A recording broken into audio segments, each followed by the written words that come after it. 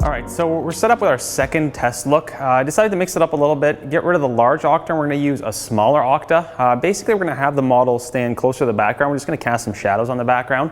You could think of this as almost like a more editorial style test look. So we're kind of on the fringe there, but I think it's still going to look nice. And you'll see that you can do this with a smaller size octa. You don't need a massive one like the large parabolic we were using before. So right now I haven't changed too much of my settings. I've got 1/200th in the camera, f7. I took my ISO down to 100 from 200.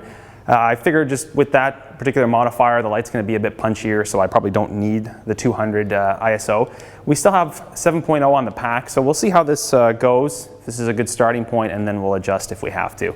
Other than that, lens and everything is still going to be the same, and we're generally going for the same idea as we were in the first one, really just kind of making sure the model looks great, and everything else is just kind of secondary. So Olivia, I'm going to get you to stand like 1 foot closer to the back, actually. Yeah, that's perfect right there. You do want to keep your model fairly centered in the frame for test shots. So even though these shadows are going to look kind of cool because they're going to be cutting off to the side a little bit, we still want to more or less center her. So let's go ahead and take our first shot and see how this is looking. Actually, I'm going to get you to turn a little bit. Yeah, perfect. And just give me a little pop of the knee.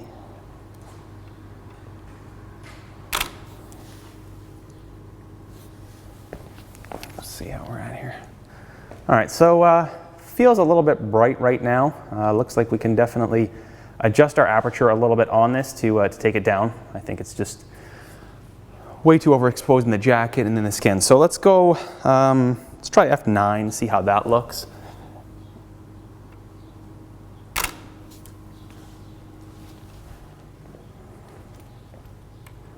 So now at f9, it looks a little too dark. So let's go to f8, something in the middle.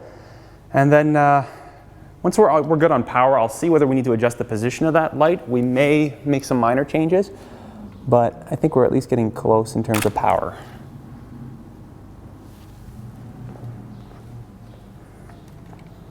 All right, so that's looking a little bit better. I think I'm actually going to move this light in a little bit because the shadow right now is going a little too far to the side. Again, casting too much shadow on her right-hand side. So let's just bring this in a tiny bit. See how that looks.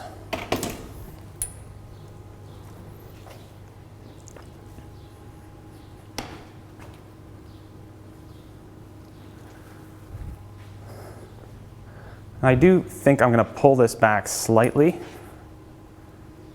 just because again I want to get a little bit more of an even exposure on her legs, and we'll see how that goes. Might have to adjust power now that we've moved this, but we might not have to. All right.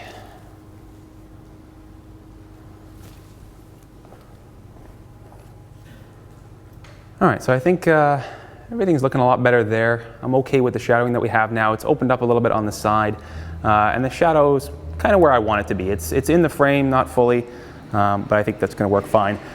You can also vary this up by pulling the model out from the seamless, reducing the amount of shadow. And obviously the more she goes towards the seamless, the closer the shadow is going to get in towards her. So we can experiment with a couple of different ones. Maybe we'll start there. Olivia, I'll push you even further back towards the seamless. We'll see how it looks if it's even closer to you. And then we'll have one where you're forward and we'll just see what looks better. That looks great. Hold that. All right, so I'm kind of liking that a lot more. I like the shadow is a little bit more defined. It's a little bit closer to her. So I don't think I'm going to actually bring her out any more than that because I do like the way this is looking. So if possible, Olivia, I'll actually even see if I can get you like a half a foot closer. I know you're almost there, but just a little bit more if you can. Yeah, that's perfect.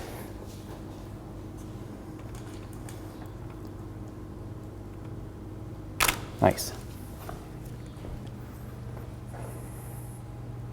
Okay, so I like where the shadow is, but now it looks like we've gotten a lot darker. Obviously, we've pulled our model away from our light source, so we're kind of dropping in power here. So I have either the option of going back to f7 or going up in my pack. So since it's more convenient, I'll just go back down to f7 and we'll see if it's looking better. And if not, then I'll start making adjustments in the pack.